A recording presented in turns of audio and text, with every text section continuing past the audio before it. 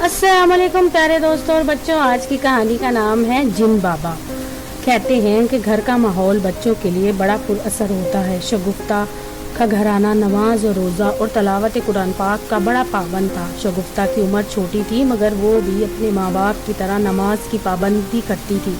अल्लाह ताला ने इसको बड़ी शीरीं ज़ुबान अता की थी। शगुफ्ता जब भी कुरान की तिलावत करती तो हर सुनने वाला मसरूर हो जाता। एक रोज़ शगुफ्ता ने सुबह नमाज पढ़ी और कुरान पाक की तलावत शुरू कर दी। तलावत ख़त्म हुई तो कुरान पाक को बंद किया ही था कि कहीं करीब से एक आवाज़ सुनाई दी कि बेटी और सुनाओ। जब शगुफ्ता ने पीछे मुड़कर देखा कि कौन बोल रहा है तो इसे पीछे कोई भी नज़र नहीं आया। वो खौफज़दा होकर अपने माँ बाप के पास पहुंची और सारा वाक़या सुनाया। माँ बाप ने इसे समझाया, बेटा दुनिया में अल्लाह ताला ने दो मखलूक पैदा की हैं, एक हम और दूसरी मखलूक जो नज़र नहीं आती। इसका नाम है जिन। हो सकता है कि वो अल्लाह के नेक जिन हो और इसने जब सुना होगा कि इसने ही तुमको दोबारा सुनने को कहा होगा। शगुफ्ता की समझ में ये बात आ गई। फिर शगुफ्ता के माँ बाप इसी जगह आए जहाँ शगुफ्ता कुरान पाक की तलावत कर रही थी तो इन्हें इसकी जगह एक सोने की डाली मिली। अब इन्हें पुख्ता यकीन हो गया कि ये तो बहुत ज्यादा नेक और खुदा तर्स जिन लगता है। शगुफ्ता का डर अब थोड़ा बहुत कम हो गया था। जब वो छुपी हुई शख्सियत कुरान पाक मजीद सुनाने का कहती तो वो और सुना देती। वो अल्लाह का शुक्र अदा करती कि अल्लाह ने इसे इतनी अच्छी आवाज़ अता की है। ये इसका रोज़ाना का मामूल हो गया था। जिलहज का महीना आया और साथ ही हज का ज़माना भी आ गया। एक दिन एक छुपी आवाज़ वाली शख्सियत ने कहा, बेटी क्या तुम्हारे वालिदैन हज नहीं करेंगे? शगुफ्ता ने ठंडी आ भरकर कहा, हम हज कैसे अदा कर सकते हैं क्योंकि मेरे माँ बाप बहुत गरीब हैं। उन्होंने कहा कि अपने माँ बाप से पूछ लो, अगर वो राजी हों तो मैं इनको हज पर ले जाऊंगा। शगुफ्ता ने अपने माँ बाप से पूछा तो वो खुशी खुशी तैयार हो गए। मगर शगुफ्ता के वालिदैन इस बात पर हैरान थे कि हज के चंद दिन रह गए हैं और अभी तक हम छुपी हुई शख्सियत का कोई पैगाम नहीं मिला। इसी परेशानी के आलम एक रोज़ शगुफ्ता कुरान पाक पढ़कर फारिग हुई तो आवाज़ आई, बेटी अपने माँ बाप से कह दो कि वो कल चलने की तैयारी कर लें। शगुफ्ता ने कहा कि हमारे पास टिकट और कागजात तो नहीं हैं तो हम किस तरह हज को जा सकते हैं।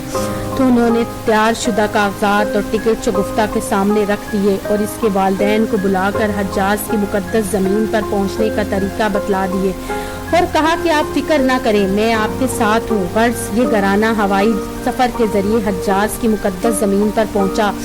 वहाँ हज के तमाम फ़राइज़ अदा करने के बाद जब वापसी होने लगी तो इस नादीदा शख्स ने कहा कि अब आप हमारे मेहमान हैं और हमारी दावत खा कर जाएं। इन लोगों को पहचानने के लिए ऊँट आ गए। ये लोग एक हवेली नुमा मकान पर पहुँचे। दरवाजे पर एक सफ़ेद दाढ़ी वाले बुजुर्ग और इनके अहले खाना ने शगुफ्ता और इसके वालिदैन का इस्तकबाल किया। उन्होंने शगुफ्ता की खुश इल्हाफ़ी से तलावत की, बहुत तारीफ़ की और कहा, बेटी अब मैं तबीयत ठीक हो जाने के बाद आ सकूँगा क्योंकि मैं अब बीमार रहने लगा हूँ। अनवाह इकसाम के खानों से मज़ीन दस्तरखान पर बैठकर उन्होंने दावत खाई। रुखसती के वक्त इनके बुजुर्ग ने बतलाया कि वो अपने कबीले के सरदार हैं।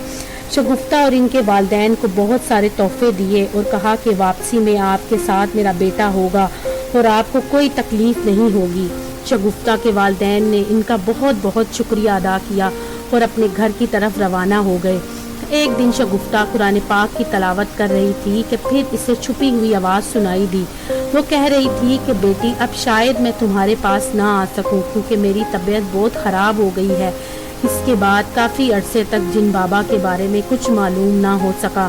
शगुफ्ता हर रोज़ अपने जिन बाबा के लिए कुरान पाक पढ़कर इनकी सेहत की दुआएं मांगती।